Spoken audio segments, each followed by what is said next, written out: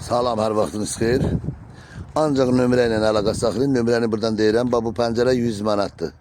050 070 620 20 51. Bir onun 150'ye. Bir ədəd pəncərə qoşa şüşə təzə. 100 manat. 120 140. Bir dənə pəncərənin qiymətidir. 100 manat. Təzə. Binə savxozdadır. Nömrə ilə əlaqə saxlayın.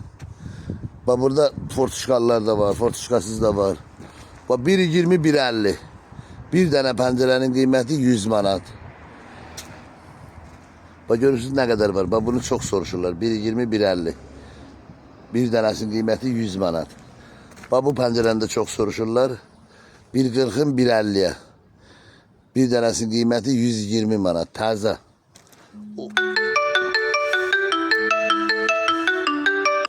Başka ölçülerde yani zakas verseniz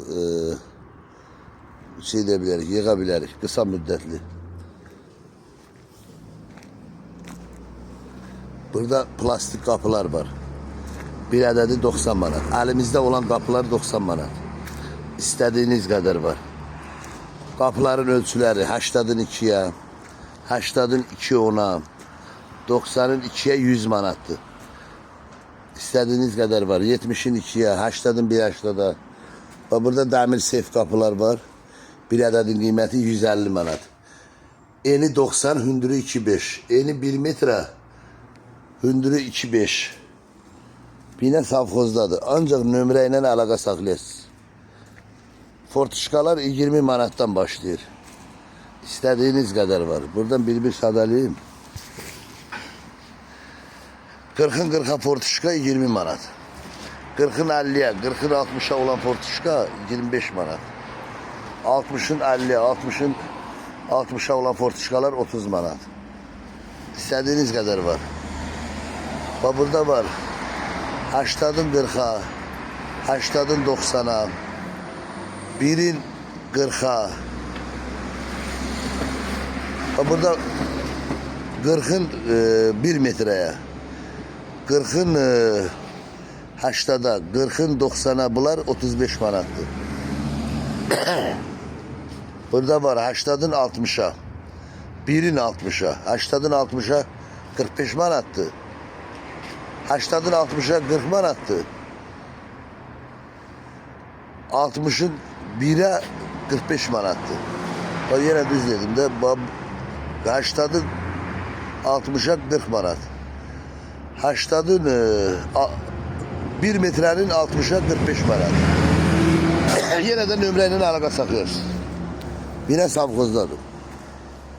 Bak pəncərələrin fortuşkalarının indi qiymətlərini deyirəm. Bak fortuşkalı üstünde fortuşka olan 140 manat. Eğer fortuşkanı istemezseniz yukarıda 120 manattır. 150'nin 150'ye. Bir tane pəncərənin qiyməti 140 manata indirim. 140 160. Bir tane pəncərə 130 manat. 140'ın 140'a 120 manat. Bu pəncərələri çox soruşurlar. Bu 65 manatdır. 60'ın 150'ye 140'a. Bu 75 manattır. 1'in 1.15'a.